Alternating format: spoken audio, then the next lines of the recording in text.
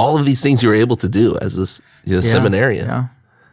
Do you think about we that? got I know it is pretty crazy how much I've got to do. There's a lot of things that I would never have done or even really thought about doing. I even just experienced that.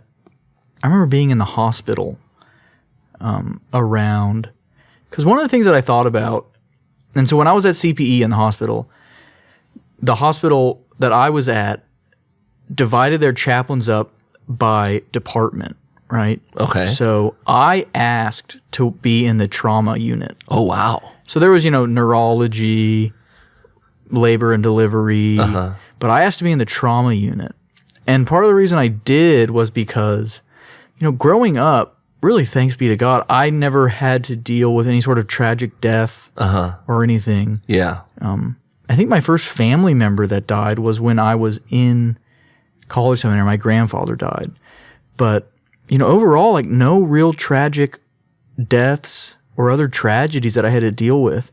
And so for me, part of my thinking was, okay, I don't want the first time I'm dealing with, a grieving person who's grieving the sudden death of someone in their family. I don't want my first time that I'm dealing with that to be as a priest. I need to get some sort of exposure to this. That's good that before you I become thought a about priest. that. So I asked to be in the trauma unit. So I saw a lot of crazy stuff. And also during CPE, in one of my overnight, we had to do one overnight shift as a chaplain. Okay. Other hospitals require their CPE students to do more, but we only had to do one, which I liked it. I would have been game for more. Okay. But I also baptized a baby during CPE. Wow. So a lot of just stuff like that I never even would have done or been around if I wasn't, in the seminary, studying for the priesthood.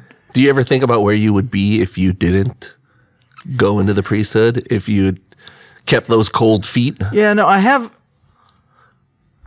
a little bit in passing, but never really spent much time thinking about that. Thinking whether or not you would have joined the Air Force or something because of your love for planes, or tried to pursue a minor league career or something like that. I don't think I would have been able to make the cut, but I never really seriously thought about it. There have been times where I've thought, but for me, I guess ever since I entered the seminary, I just really accepted this is my life, this is what I'm doing. I'm not going to be doing these other things that would be cool too.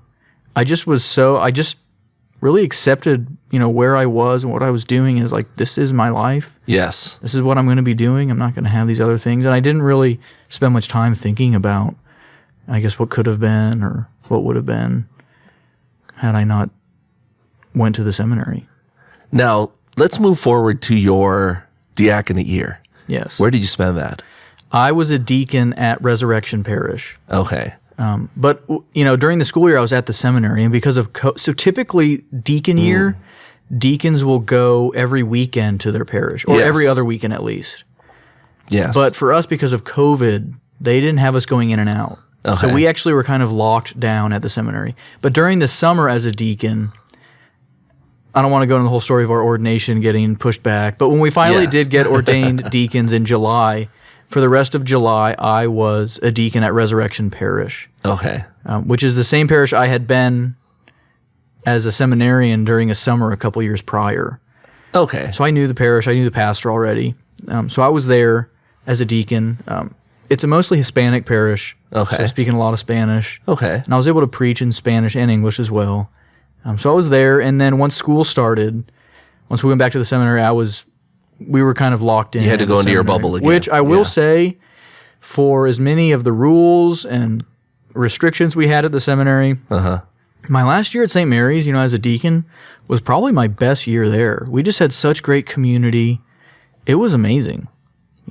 Even with all of the rules that we had, it was a great year. So at the seminary as a deacon, I was able to, they have us preach, twice a week. The deacons, my year, we were preaching, I think it was Tuesdays and Fridays maybe. Okay. And then once a month, they would let the deacon preach for Sunday Mass. I think I was the only one in my class that never got a Sunday homily. Really? Just the way it worked out. There weren't enough months. Okay. But, a lot of preaching during the week. I think I actually also preached more in Spanish than I did in English at the seminary. Now, did you learn Spanish in high school, in the seminary? Yeah, so I took 4 years of Spanish in high school. Okay.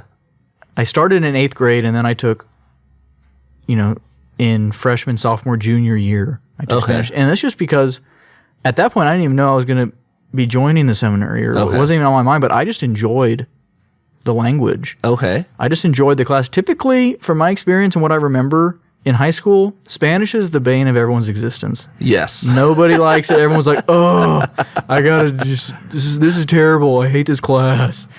But for me, I really liked it. And I think my brain kind of had a knack for, like, it wasn't very hard for me. I'm not saying, I was the greatest Spanish student ever, but it was a little more natural. It felt kind of natural, and a lot of it made sense, and it was easy for me to formulate sentences and remember. And so I really enjoyed Spanish. Only 2 years are required, but I went all the way to Spanish 4. Wow. Because I really enjoyed it. And then when I ended up going into the seminary, thanks be to God, I had taken so much Spanish. I was, really good. And then at University of Dallas, I took 2 more years. Okay. And then, a summer in Costa Rica, and then a lot of Hispanic parishes. Do you think that's why you were sent to some of those Hispanic parishes, like Resurrection? Yeah, and also to just stay on top of my Spanish. Keep it sharp. Did you volunteer for?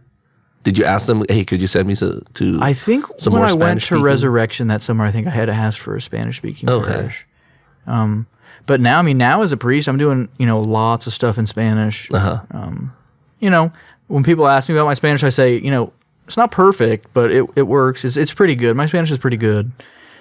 So I'm glad that took so much in high school before I even knew that I was going to be going to seminary.